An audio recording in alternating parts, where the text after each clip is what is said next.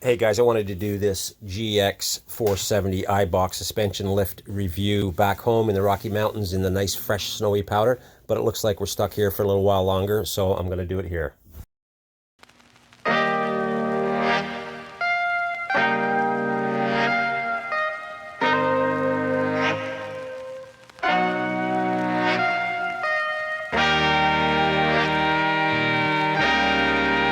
Here's the old switches for the airbag, so up and down, off, and there's your comfort modes. So this is no longer needed. Of course, the airbags are gone, so this is toast. I'm going to pull this out, and you can buy aftermarket 3D printed little switch plates in here that will house two of these kind of buttons. So I'm going to stick in a couple switches for lighting, LED lights, probably front and maybe side, we'll see, and that's it. I'm not getting any error messages on the dash or anywhere else because the fuses have been pulled.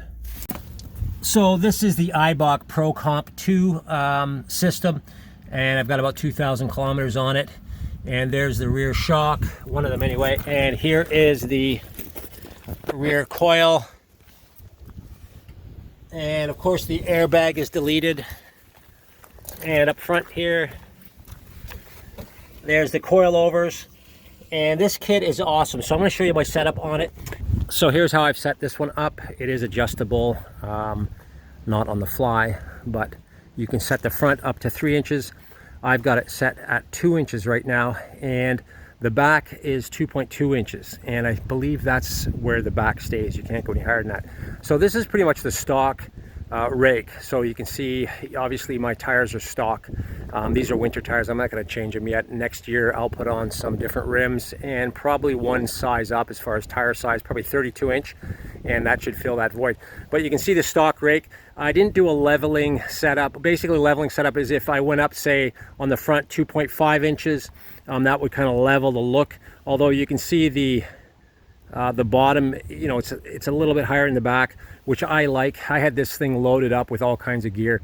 It's pretty much empty right now, so you can see it's a little bit higher in the back than normal. But even when it's loaded up, it stays pretty level. It's not, you know, it's not reverse rake.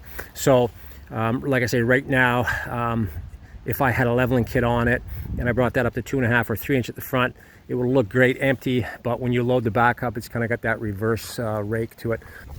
So these things have been absolutely awesome, man. I mean, this thing rides like it's on a cloud anyway.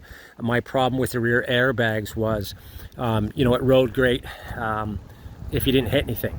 But I think there's too much involved with these rear airbags. They're kind of a pain. So basically what happens is you have a compressor, which can fail, and then you've got an airbag on each side of the rear, and then you have these little adjustment or self-leveling things. I'm not even sure this the mechanical name for it, but basically they tell the vehicle to add or decrease air just to get it level, and I think those were screwy, so it kept bottoming out when I hit like a pothole or something. So that was a bit of a problem, but you know, until you hit a pothole, this thing rode absolutely beautifully. It was just a bloody amazing thing. But now it's like the next level. I'm going to do a comparison with the 4Runner that I owned for a long time, just so you guys kind of know the difference.